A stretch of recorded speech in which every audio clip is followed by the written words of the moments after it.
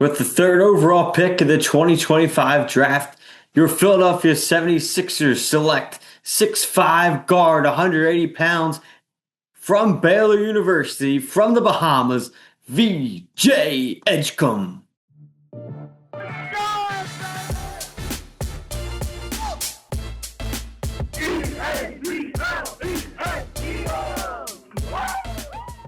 Hello, everyone. Welcome back to Philly Sports Now. Another episode brought to you by the 76ers 2025 first round draft.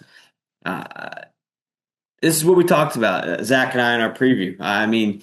We talked about the Sixers likely to pass on Ace Bailey with all the drama he had. So the Sixers take VJ Edgecombe with the number 3 overall pick.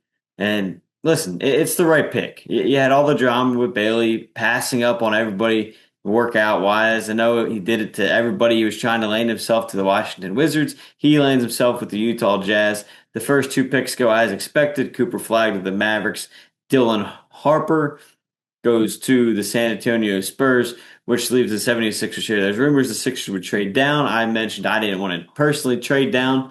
And listen, I think the Sixers did the right thing. You got the best player available. You got the best player that fits this team. His athletic ability on the offensive and defensive side of the floor is going to do wonders for the 76ers team. Obviously, we know Maxey will be back. Jared McCain will be back coming off his injury. There's rumors Sixers want to bring back Quentin Grimes. We'll see if they do so in free agency. So it'll be an interesting fit to see what the Sixers do in his first year, what kind of role player he becomes, what his minutes are going to be for the 76ers. But that's for Nick Nurse to figure out. He's got a while, obviously, to figure things out, and we'll see what happens. But, Edgecombe's a very good player. He's been tested talent-wise. He's been tested in competition in a very good conference in the Big 12, obviously, with high-powered teams in that conference. So this kid's going to be a great player. You saw him in the March Madness. He did really well. So, it's good. It's a good pick. It's going to take him, obviously, a little bit to develop. The first 7 picks, I believe, if not 8, were all freshmen. So just kind of the direction, the landscape of this draft, the landscape of how the game is becoming in the draft now, which it's a big thing here. And I think with the Sixers here that they went for what the team needed. They didn't overthink the pick. They went out. Again, you had a guy that declined his draft status with the Sixers, so I think that clearly took him off the board.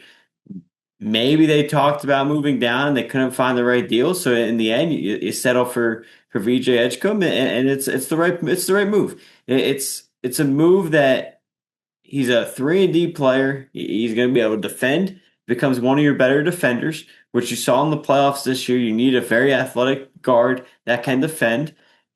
Some of his comparisons have been to high quality players. I've seen Russell Westbrook, which obviously he's been a very good player, a long NBA career, which you get out of Edgecombe. And I think the Sixers, they did well. They aced this pick, and hopefully, we'll see what happens in round 2. There's plenty of talent still out there for the Sixers to get. A lot of guys dropping a little bit. So, yeah, we'll see what happens in day 2. And I think to note with Edgecombe, he's a guy that played every single game for Baylor. He started in all the games played. He averaged 15 points last season while adding 6 rebounds, 3 assists, and in 32 minutes played. So he's a guy that is going to develop. He was an all Big 12 freshman player this season on scoring and defensively.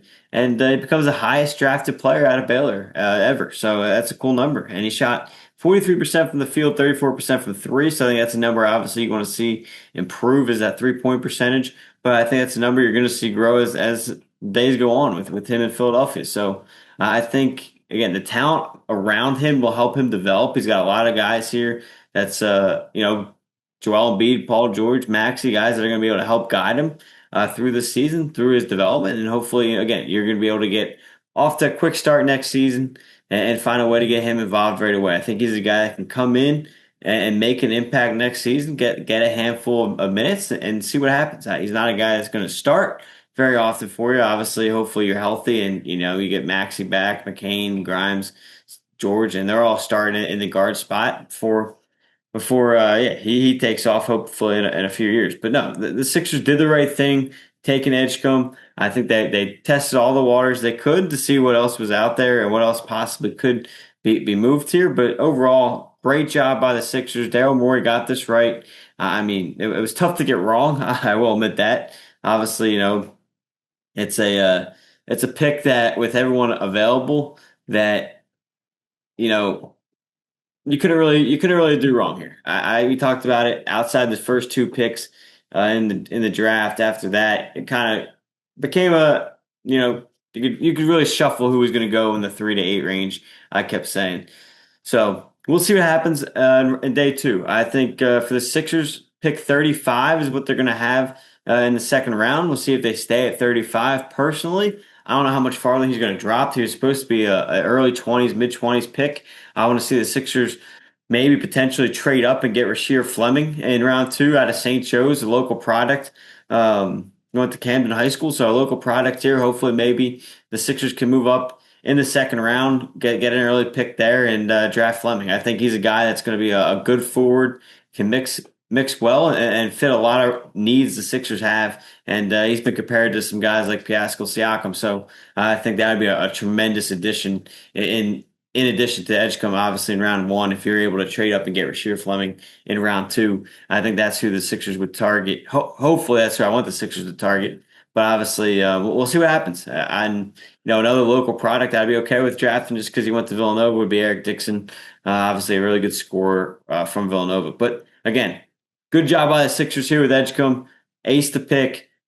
See what we do in round two. I'll be back after round two to give you a quick update on the Sixers' full draft recap there from the first two rounds. Thanks for listening to this episode of Philly Sports Now, round one Sixers draft recap. Again, drafting the 6'5" guard from Baylor University from the Bahamas, VJ Edgecombe.